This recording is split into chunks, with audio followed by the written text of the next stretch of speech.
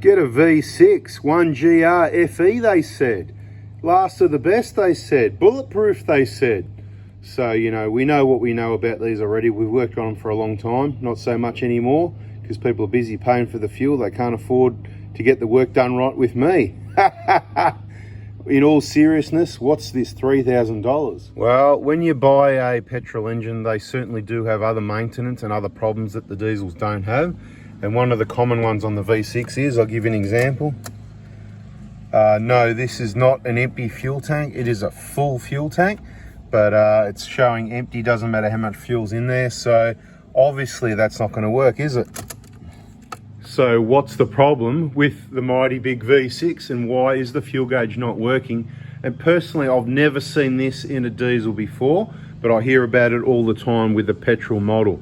Petrol wrecks everything. These are some of the parts you're going to get to know with the V6. Those spark plugs, every 40,000 kilometers at $18 each. If you're wondering what these are, the bolt union, the gasket, the filter oil control are very important things to check if you're going to purchase an old V6 that hasn't had the oil changed every 5,000 Ks guaranteed.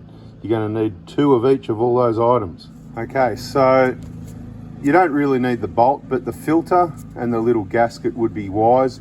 Air filters we won't talk about, that's pretty straightforward. There was a trim off the seat missing, and the cup holder, you know, the divider in the middle, not a big deal. Those things were pretty cheap. Now the big issue, what we need, this is like Star Wars, isn't it? You know, where they do the thing at the end and the start. Anyway,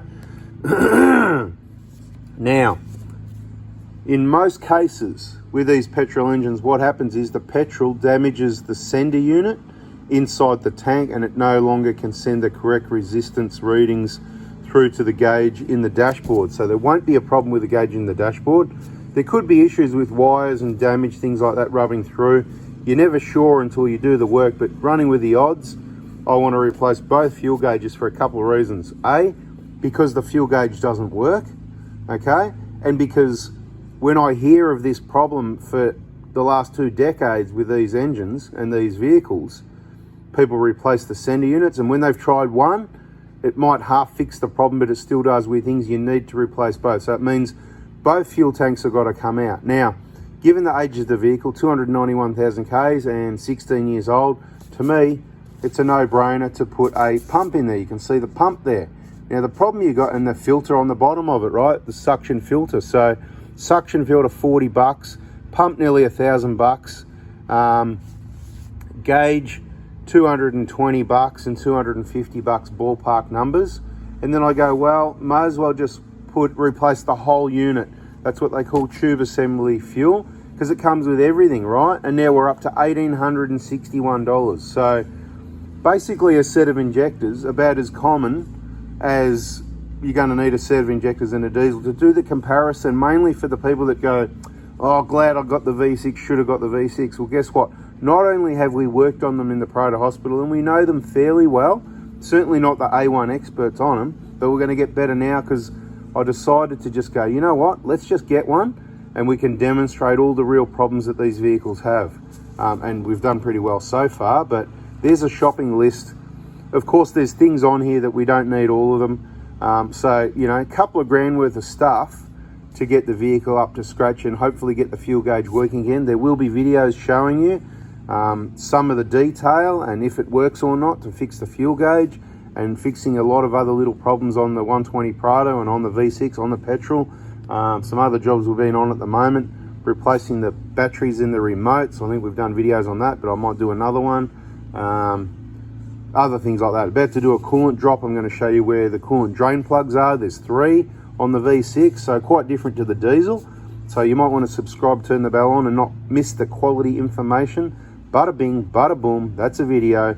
I just want to say, yeah, the V6, not only will it cost you in fuel, it'll cost you in repairs as well, just like all the other vehicles. I'm not saying it's any cheaper or dearer on maintenance, but when you calculate labour, spark plugs every 40,000, something the diesel doesn't have, and the problems with the fuel system because of the petrol, the risks of the blocked oil pickup if people have missed oil changes, the risk factors are very similar, the costs of maintenance are very similar.